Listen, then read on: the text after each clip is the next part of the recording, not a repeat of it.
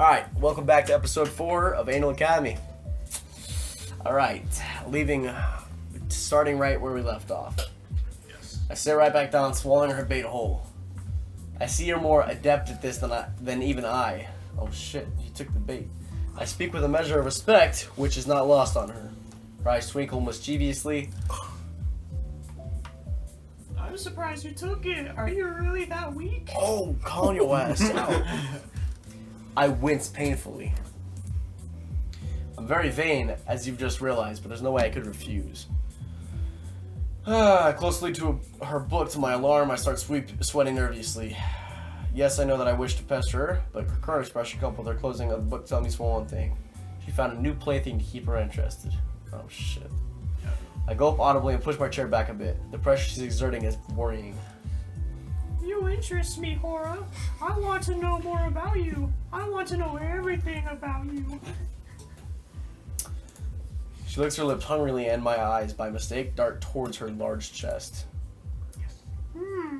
So you want me? Or specifically, you want my chest? I, in trying to gain some ground, utter a weak retort. Naturally, that's what I've been saying all this while. She nods her head slightly, as if to say my reply was satisfactory. Then I shall let you have me. All of me.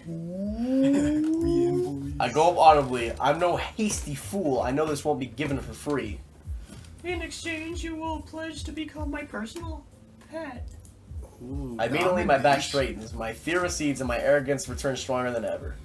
Her obnoxious request has pissed me off to the point where I no longer feel any pressure. Oh sure, but in exchange you become my sex slave. She frowns, dissatisfied at the loss of the advantage. You are stronger than I thought. Fucking Yoda.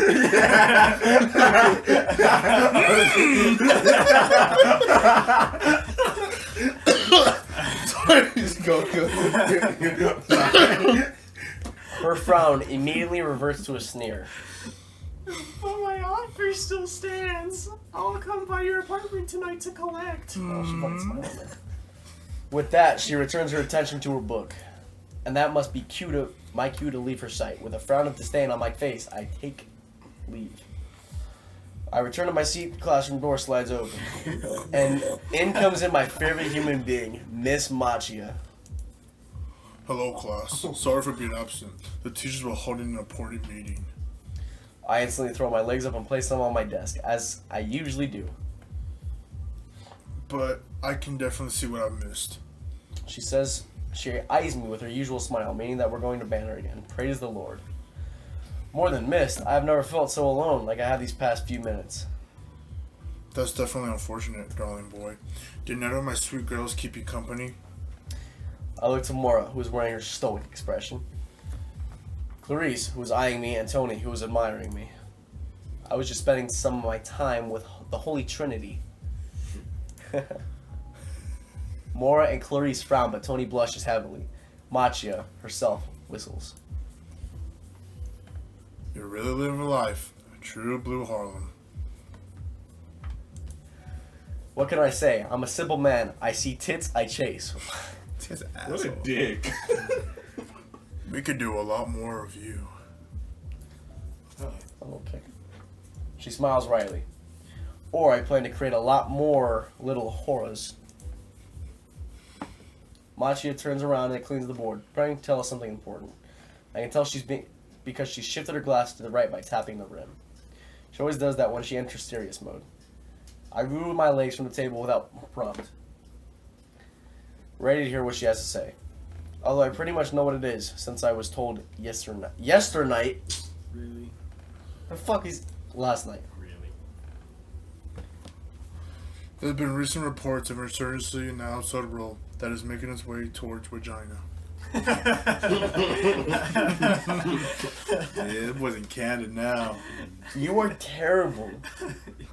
There's a sharp gasp from the class, and everyone bears a look of shock, even Mora.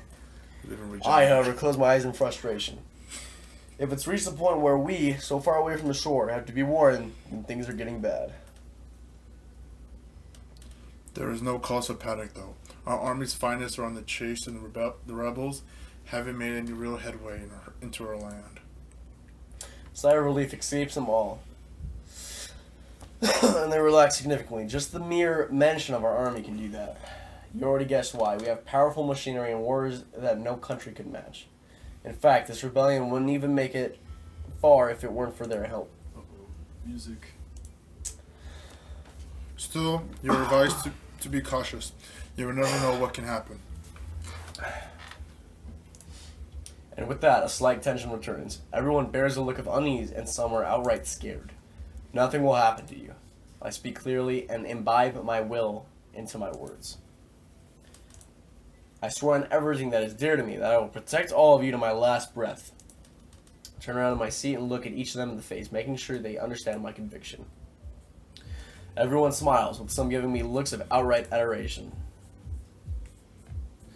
Mora gives me a slight and approving smile.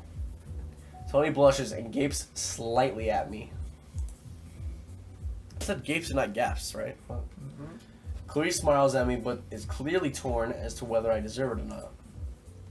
Yes, I'm sure of it. No matter what happened, these girls will be kept safe. I hope. Shit.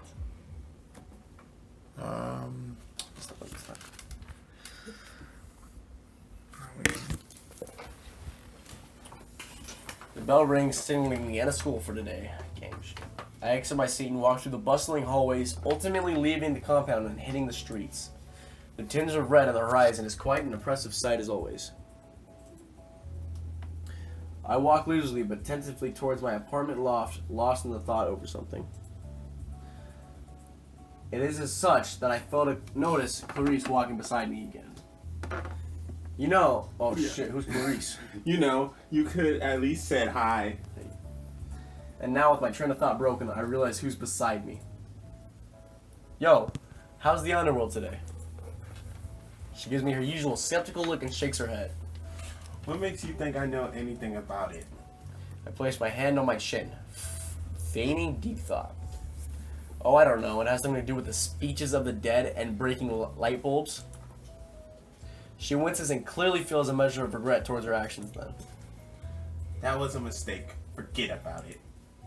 Sure, Madam Revenant. You still have to pay for that bulb. Pay for me? You're rich, right? And you can say you'll protect all of us? Or was that a lie?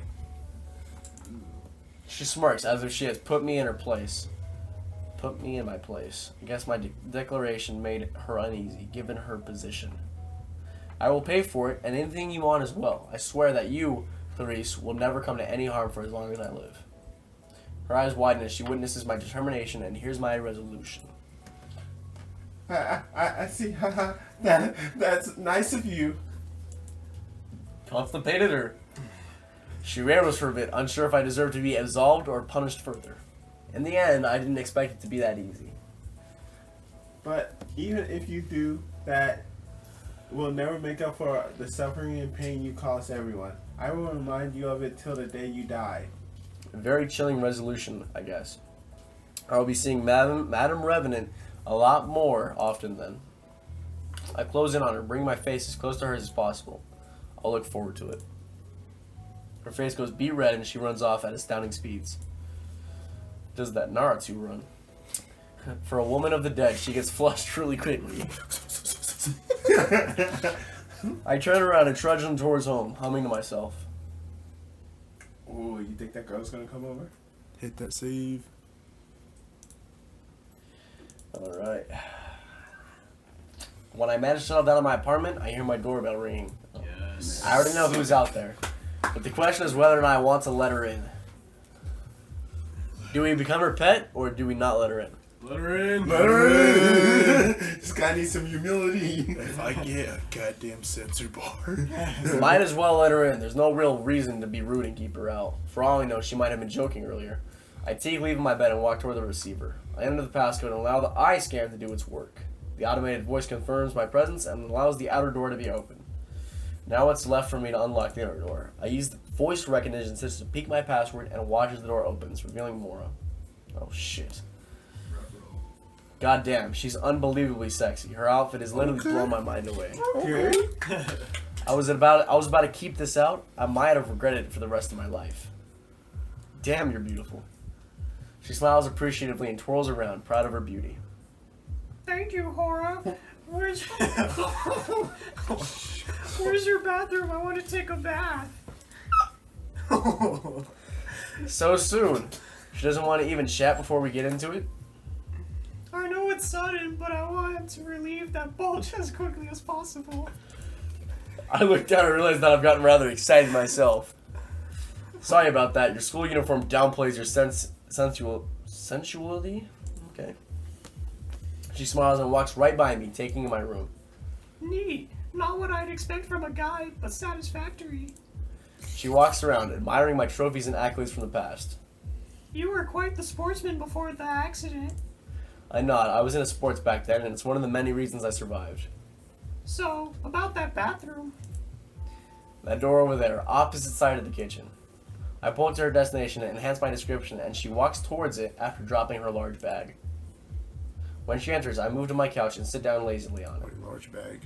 Oh no. Yeah, what's in the bag? What's in the bag? About to get fucked up. Soon I hear the sound of the water from the shower and light singing. My imagination teams up with my lust, and they both go wild in my brain. Soon my raging hormones go to the point where it becomes uncomfortable to strain, and I leave my seat. I hit the floor and do as many push-ups as possible to clear my mind. And right here, we see you naked next time on the Lumberjacks.